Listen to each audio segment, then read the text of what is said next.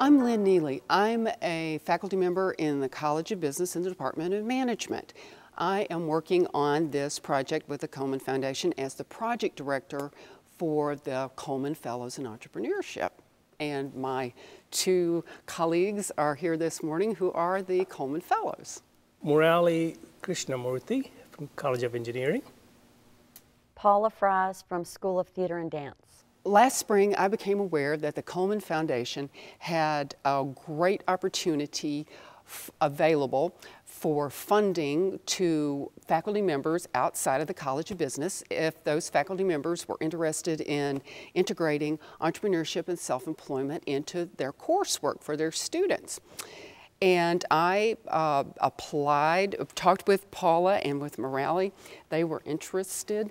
And so I put the grant work in. We all worked together.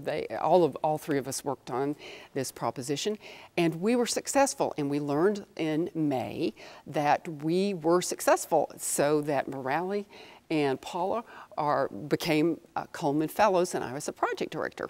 So last summer we began our working together, planning our activities, and all this fall. They have been integrating aspects of entrepreneurship and self-employment into their courses for the dance students and for the engineering students. This last semester, so I introduced a topic on this actually, self-employment, and for self-employment projects, and for taking care of entrepreneurial projects, and so on, all those things. So I had introduced a course module on those, course projects and course activities. And I teach a business of dance class in the School of Theater and Dance. And this was a perfect fit because dancing is basically knowing how to sell yourself on a small scale. It is entrepreneurship. And so I was able to take some of the things that we discussed and apply them directly to what I teach in the course. How do you sell your choreography? What do you look for when you sign a contract? How do you make up a contract if you're a choreographer selling your work? So there were lots and lots and lots of hands-on entrepreneurial things that we could do in the class, culminating with the first ever portfolio review for dancers that we've done in the School of Theater and Dance. So it was really an experience that changed the course completely. None of my students have studied this like they do in Lynn's department. So it is informally, they have learned from their families, family businesses, and so on and so forth. So they want to learn more about engineering, self-employment opportunities. And for my students, the artists are tend to be very vague. I'm sure the idea of entrepreneurship has occurred to all of them because they're incredibly creative. But what this has done is it's honed in their focus and shown them that these wonderful ideas that are going around in their minds can actually be accomplished if you follow certain steps. That's where you guys, your input has been so important. Is that there's a system in place to get where you want to get in terms of entrepreneurship. A lot of our students assume that but you have to be an inventor to be an entrepreneur from this course, from taking my course, and they realize, and so it is not always the case. So, but you can still start a small business, it could be a service, and still you can be an entrepreneur. But you don't, have to always start with something that's new, some new product, some new invention. So it's a learning experience from that angle for them. Last fall, we had a reception where we invited people. Most of them were from within, let's say, 10 to 15 miles of DeKalb, but a few from the western suburbs and from downtown Chicago, to come into a reception of all people who were entrepreneurs, self-employed, from all sorts of different areas. There was a professional photographer. There was a gentleman that owned a moving business. There was a restaurateur. There was a fellow who owned a wine cellar. There was a whole variety of folks.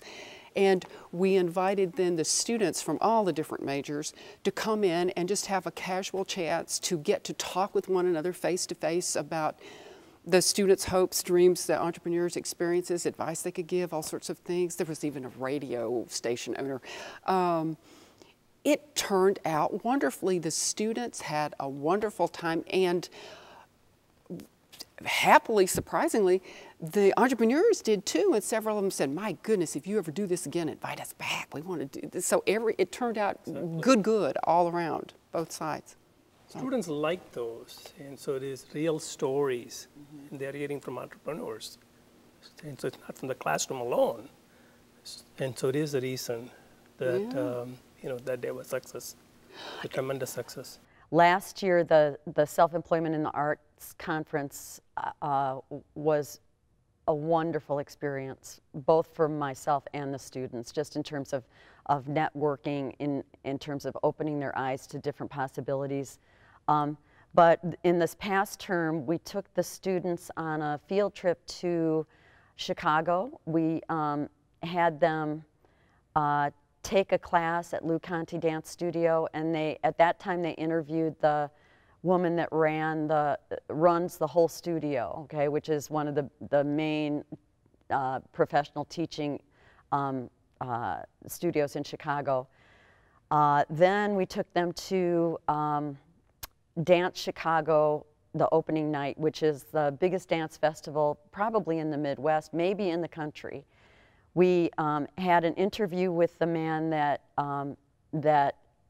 started, the founder, John Schmitz, who's also a graduate of this program. And he has kept the festival going for 15 years successfully, paid himself, paid the dancers, produced the 250 artists, done the marketing, et cetera, et cetera. So they had a half-an-hour interview with him, which was very exciting.